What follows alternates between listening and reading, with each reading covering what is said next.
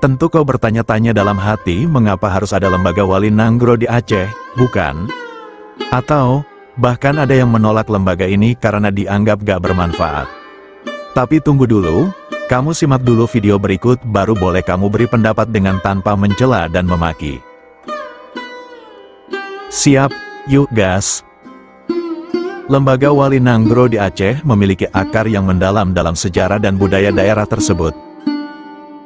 Keberadaan lembaga ini tidak bisa dipisahkan dari masa lalu Aceh yang penuh dengan dinamika sosial, politik, dan keagamaan.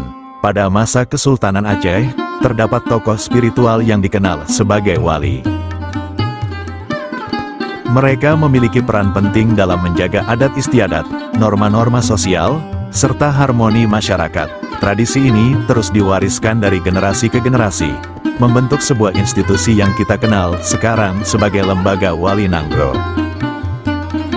Seiring waktu, Wali Nanggro menjadi simbol identitas bagi masyarakat Aceh. Keberadaan lembaga ini mengukuhkan nilai-nilai tradisional dan adat istiadat yang khas, yang membedakan Aceh dari daerah lain di Indonesia.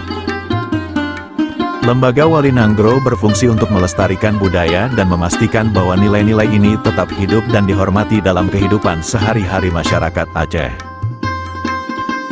Namun, alasan utama pembentukan kembali Lembaga Wali Nanggro pada era modern terkait erat dengan upaya perdamaian dan rekonsiliasi.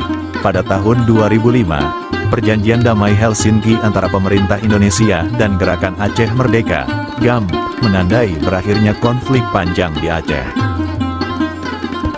Salah satu poin dalam perjanjian tersebut adalah pembentukan Lembaga Wali Nanggro sebagai bagian dari upaya untuk mengakomodasi aspirasi masyarakat Aceh dan memperkuat perdamaian. Lembaga ini kemudian memiliki peran penting dalam memfasilitasi pemulihan sosial dan rekonsiliasi, membantu mengatasi luka-luka masa lalu dan menyatukan masyarakat.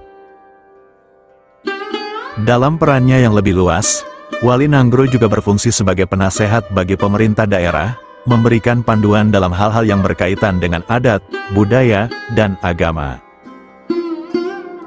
Selain itu, lembaga ini memainkan peran sentral dalam upacara-upacara adat dan keagamaan yang menjadi bagian integral dari kehidupan masyarakat Aceh.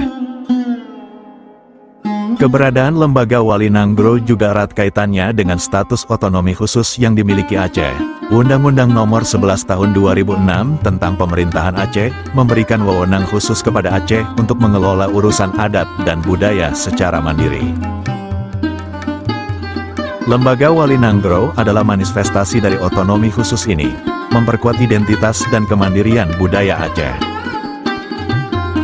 Dengan demikian, Lembaga Wali Nanggro bukan hanya sekadar lembaga simbolis, tetapi juga memainkan peran yang sangat penting dalam menjaga dan menguatkan warisan budaya, adat istiadat, serta identitas masyarakat Aceh.